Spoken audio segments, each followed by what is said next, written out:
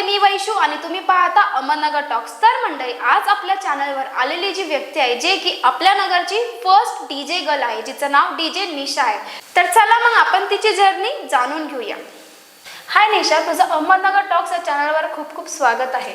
Thank you so much. तर निशा, सगळ्यात आधी मला तू एक सांग की डीजे निशा जेव्हा ओनली निशा होतीस तेव्हा काय होतेस आणि कशी होतेस?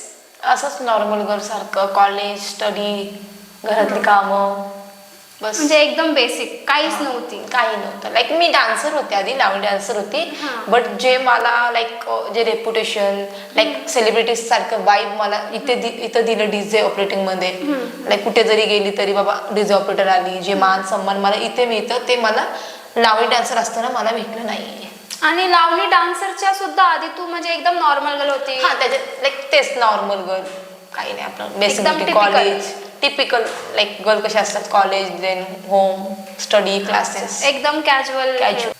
लावणी जे तू करायचीस, लावणी डान्सर ती होतीस, तर त्याचा तुझा एक्सपिरियन्स काय होतं? तू शोज वगैरे केलेत का त्याचे? अरे भरपूर. आधी मी 18 वर्षाची होती तेव्हाच मी लावणी वगैरे या फील्डमध्ये घुसलेली आणि मग शो वगैरे भरपूर केले आणि खूप छान असा रिस्पॉन्स भेटायचा. बट नंतर काय झालं की लाईक म्हणजे माझ्या मागे बॅकग्राऊंड सपोर्टर कोण नव्हतं, माझी फॅमिली होती आणि मला एक असं बोलत होते की तू कॉम्प्रोमाइज कर, तुला आम्ही शो देऊ, तू कॉम्प्रोमाइज कर, तुला आम्ही अल्बम मध्ये घेऊ, असं तसं. मग आता सो दॅट्स वाय मी म्हणजे त्याला सोडून दिलं विषय, कारण की आपल्या सेल्फ रिस्पेक्ट पेक्षा मला काही गोष्टी इम्पॉर्टंट नाहीत ना. बरोबर आहे. कसं आहे ना, आधी मी पब्लिक समोर डान्स करायचे आणि आता मी माझ्या शोवर पब्लिकलाच बीट टू बीट नाचवते. कसं आहे, झापूक झुपूक ट्रेंडिंगला येणारच. तर तू शिक्षण वगैरे जे आहे, स्टडीज तुझे, तर तू कुठून केलेस? तू गावाकडून केलेस की नगरमधूनच केले? नाही, माझं म्हणजे लहानपणापासून मी मुंबईला राहिला आहे, नवी मुंबईला. माझं शिक्षण मुंबई युनिव्हर्सिटीमधूनच कम्प्लीट झालं आहे. मी स्टडीज तिकडूनच केलेत, ग्रॅज्युएशन कम्प्लीट आहे. अच्छा, मग मुंबईवरून तू नगरला कसं काय? मुंबईवरून नगरला म्हणजे माझं हे आमचं जन्मगाव आहे. पारनेर हे गाव आहे. मुंबईला आम्ही राहतो, ऑल फॅमिली तिथेच असते. आणि पारनेरमध्ये गाव असल्यामुळे आजी आजोबा अँड देन मी.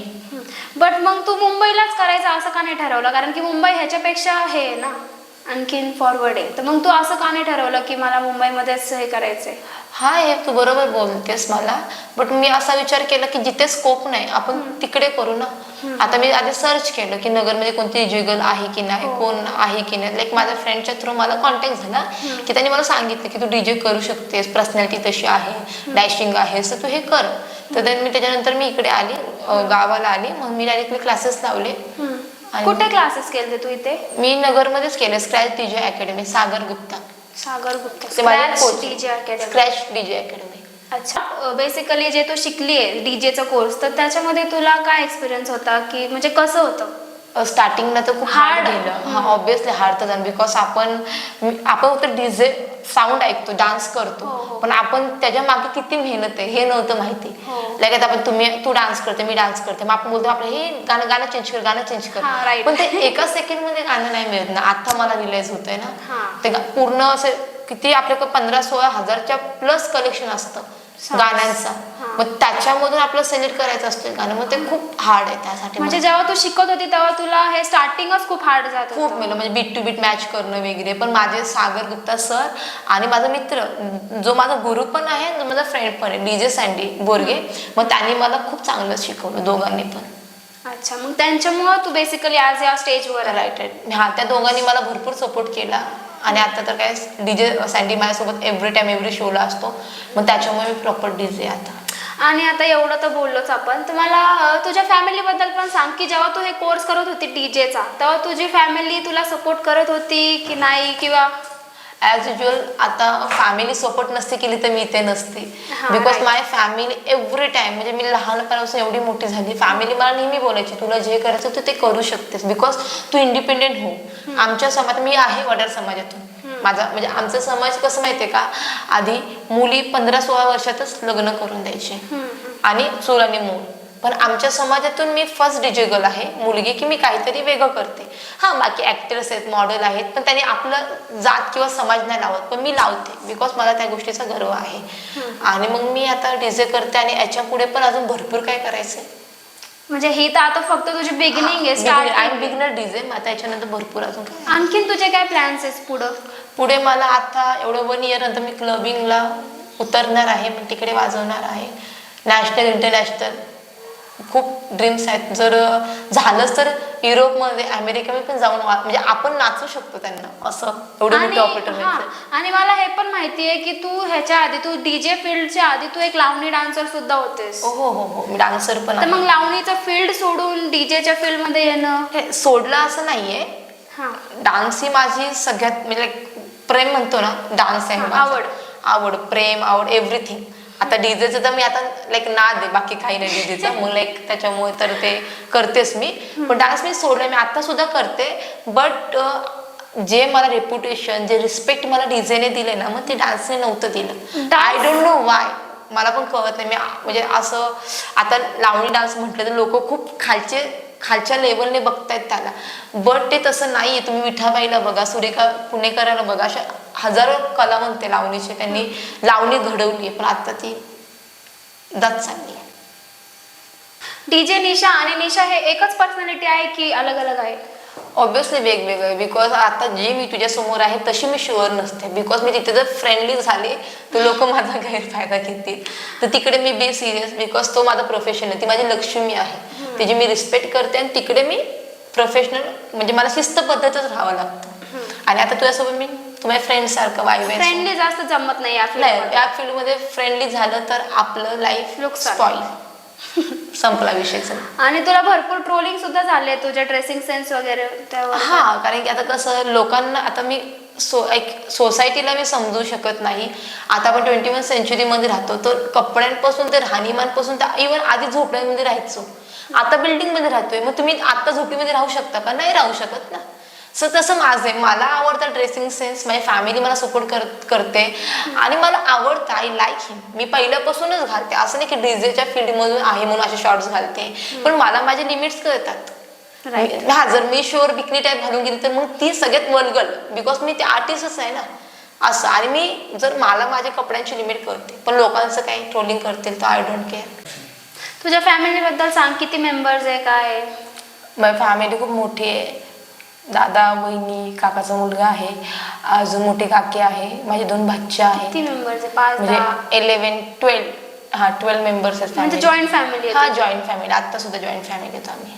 वाव. मग त्यांनी सगळ्यांनी तुला एकदम सपोर्ट केला स्टार्टिंगला?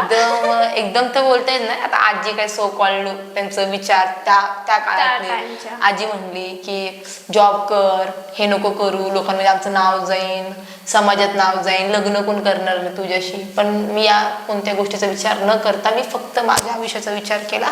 बिकॉज वाय, लाईफ में चान्स फिर से नहीं मिलेगा, एक ही वन्स मोर नहीं मिलता.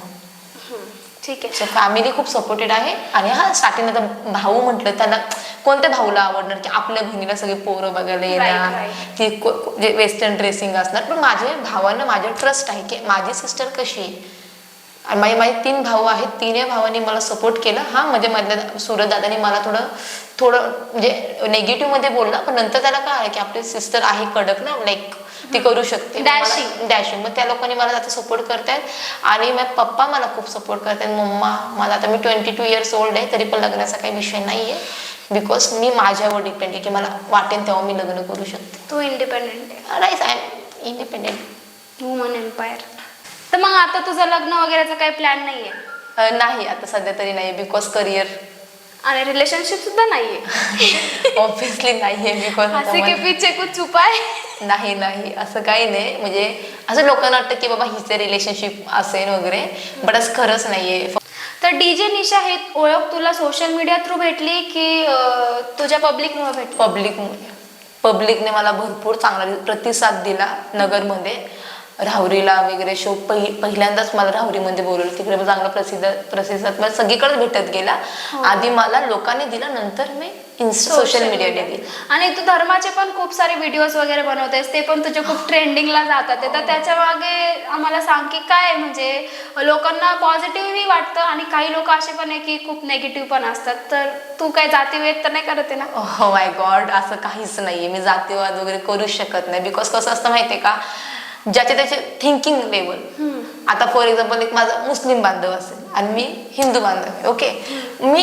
जर मी त्याच्या समाजाला टार्गेट त्याच्या धर्माला टार्गेट केलं ना, मग दॅट्स वाय मी रॉंग आहे.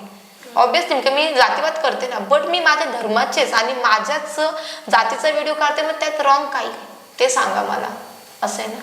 आणि मग मला म्हणजे माझे 1 महिन्याच्या आत 17,000 प्लस माझे फॉलोअर्स झाले. मी जर जातीवाद केला असता ना, माझा इन्स्टा अकाउंट ना बंद झाला असता, फॉलोअर्स मला वाढले नसते. पण बरेच लोक तुला असं कमेंट करतात, कमेंट्स येतात ना तुला की हा तू असं करतेस, त्यांना तुला काय म्हणायचंय की तू क्लिअरिफाय कसं द्यायचं? क्लिअरिफिकेशन मी हेच त्यांना देऊ शकते की मला निगेटिव्ह कमेंट आहे ना 1000 येतात, पण मला त्याच्यामध्ये दोन कमेंट पॉझिटिव्ह येतात. मग मी निगेटिव्ह कडे बघत नाही, त्याच्यामध्ये पॉझिटिव्ह कोण मला बोलते, दॅट्स मोस्ट इम्पॉर्टंट. मग ते 2 कमेंट माझ्यासाठी खूप चांगले आहे आणि ते 1000 असं 2000 असं आय डोंट केअर. नाही, तू छानच करतेस तसं. पण तुझे फ्युचर प्लॅन्स वगैरे पण सांग ना काही, म्हणजे फ्युचरमध्ये पण तुझं खूप सारं प्लॅनिंग असणार काय? आता ते अभी तो सुरुवात आहे, अभी आगे देखो होता काय. आता सांगून उपयोग नाही, करून दाखवणार आहे. करून तर दाखवणार आहे, पण फक्त एवढं काहीतरी सांग काहीतरी. मला ना मोठी डीजे गर्ल व्हायची, खूप मोठी. लाईक महाराष्ट्रामध्ये कोण डीजे निशा लगेच अरे हा ती डीजे निशा आहे. फेस व्हॅल्यू वाढवायची. फेस व्हॅल्यू, माझी व्हॅल्यू वाढवायची, म्हणजे कामाची व्हॅल्यू वाढवायची. अजून इच्छा वगैरे काय? हा, माझी इच्छा आहे आउट ऑफ कंट्री वाजवायची. आता तिकडचे लोक त्यांचे ट्रॅक त्यांचे म्हणजे इथे म्हणजे इंडियामध्ये येतात, मी त्या ट्रॅक्सवर आपण एन्जॉय करतोय. मला त्यांना माझ्या बीट टू बीटवर नाचवायचं, हे माझं सगळ्यात मोठं ड्रीम आहे. तुझ्या बीटवर तुला? आणि लवकरच मी अजून मी आहेच प्रॉपर, पण अजून प्रॉपर होणार आहे. आणि नेक्स्ट इयर क्लबिंगला उतरल्यावर मग तिकडे पण आपण जाऊ. मस्त मस्त, ऑल द बेस्ट. तू खूप छान करतीये ऑलरेडी आणि तू खूप छान करणार पण, हे मला माहितच आहे. करत राहणार. Yes yes. जेव्हा तू डीजे ऑपरेटिंगला जाते, जेव्हा तू शो वगैरेला जाते, तेव्हा ऑब्वियस गोष्ट आहे तुझ्या आसपास भरपूर सारे मुलं तर असणारच आणि फ्लर्टिंग सुद्धा तुझ्यासोबत भरपूर होतच असेल, कारण की तू गुड लुकिंग आहे, स्मार्ट आहेस. ते तर आहेच, बिकॉज डीजे गर्ल म्हटलं तर मुलं येतातच पब्लिक. आम्हाला म्हणजे इन्व्हाइटच कशाला करतात की पब्लिक येण्यासाठी. तर मग असे खूप एक्सपिरियन्स आहेत. इकडून फ्लर्ट करतात मुलं, तिकडून काही कमेंट्स करतील, तिकडून काही इशारे करतील, तिथून काही म्हणतील मुद्दमच येतील मॅडम सॉंगच चेंज करा. लाईक काही मुलं लाईक मॅडम सॉंग चेंज करा टच सुद्धा करतात. रिस्पॉन्स माझा मी डायरेक्ट कन्सर्न बाजूला होते, बिकॉज डोंट टच बॉडी. मी लोकांना एंटरटेन करायला जाते नाचवण्यासाठी, दुसरं एंटरटेन नाही करत. आणखी तुला ह्या फील्डमध्ये तुझे खूप सारे ॲडव्हान्टेजेस पण असणार. तुझे नाही, ह्या फील्डमध्ये खूप सारे ॲडव्हान्टेजेस सुद्धा असणारे आणि डिसएडव्हान्टेजेस सुद्धा असणार, तर त्याबद्दल सांग काहीतरी. ते तर आहेच, बिकॉज कसं असतं माहिती आहे का, आपलं डिपेंड आहे. जर मी ड्रिंक किंवा स्मोक करेन तर मी ऑब्विसली मी खालीच जाईन, मी सक्सेस नाही होणार. म्हणजे मी सगळ्यांनाच म्हणत नाही की जे करतात ते रॉंग आहे, पण मी माझ्या मुलींसाठी म्हणते. बिकॉज आपण दुसऱ्या शहरात जातो, दुसऱ्या माणसात जातो, तर ड्रिंक स्मोक केल्याने ना आपली इमेज तर डाऊन होते ऑब्विसली. कारण ड्रिंक स्मोक करते त्याच्याने आपला गैरफायदा सुद्धा घेता पण जात पण असतील, आय डोंट नो, पण मी सांगते मला तर असं वाटतं. म्हणून सो मी ड्रिंक स्मोक बाजूला, बस. सेफ्टी म्हणजे ड्रिंक स्मोक करू नका. आणि आपल्यासोबत एक माणूस घेऊन जा, आपलं भाऊ असो, डॅड असो, कोणी असो, फॅमिली असो, फ्रेंड असो, पण सोबत ज्यावर तुम्ही ब्लाइंडली ट्रस्ट करू शकता. राईट. ओके. तू एवढे शोज केले, तर एखादा एक्सपिरियन्स सांग जे की फनी पण असेल आणि चांगलं पण असेल. फनी तर असे तर खूप किस्से मिळतात. लाईक आता डान्स करतात समोर लोक, एक गाणं लाईक एक जरी कडवं झालं ना, रिधी वसंत फुलताना प्रेमा, लाईक लगेच नाही हे चेंज करा, लगेच पाटील लावा, लगेच हे वाड्यावर या, हे लावा ते लावा. मग त्यांना हे कळत नाही की सॉन्ग चेंज करायला वेळ लागतो, कारण की आम्हाला कलेक्शन मधून आम्हाला सॉन्ग आम्हाला सिलेक्ट करावं लागतं. मग हे लोकांचं कसं, लोकांना वाटतं की खूप सोपे डीजे वाजवणं, पण जो वाजवतो त्याला माहिती. मला खूप छान वाटलं तुझ्यासोबत बोलून, तुझ्यासोबत गप्पा मारून. तू एवढी फ्रेंडली आहे, म्हणजे तू असं वाटत नाही की तू फ्रेंडली आहेस म्हणून, का तुझ्या फेसिंग असं वाटतं नाही खूप डॅशिंग आहे, ॲटिट्यूड हेला, तर तसं काहीच नाहीये तुला. तू एकदम फ्रेंडली, आणि मला तुझ्यासोबत बोलून खूप भारी वाटलं. आणि थँक्यू सो मच अहमदनगर टॉक्सचं मला इकडे इन्व्हिटेशन दिलं, मला बोलायची संधी दिली, माझे एक्सपिरियन्स जाणून घेतलं. आणि मी नवीन मुलींना जे आता डीजे फील्डमध्ये उतरत आहेत त्यांच्यासाठी मी एकच मेसेज देईन का तुम्ही या, बिंदास तुम्ही प्लेइंग करा, सेफ्टी मोस्ट इम्पॉर्टंट आणि ड्रिंक स्मोक यापासून खरंच लांब राहा आणि तुम्ही सक्सेसफुल नक्कीच होताल. माझ्यासाठी सगळ्यांसाठी म्हणजे जे न्यू DJ आहेत, मी पण न्यू आहे, सगळ्यांना ऑल द बेस्ट. माझ्यासाठी पण ऑल द बेस्ट. मला तुला all the best. Thank you so much.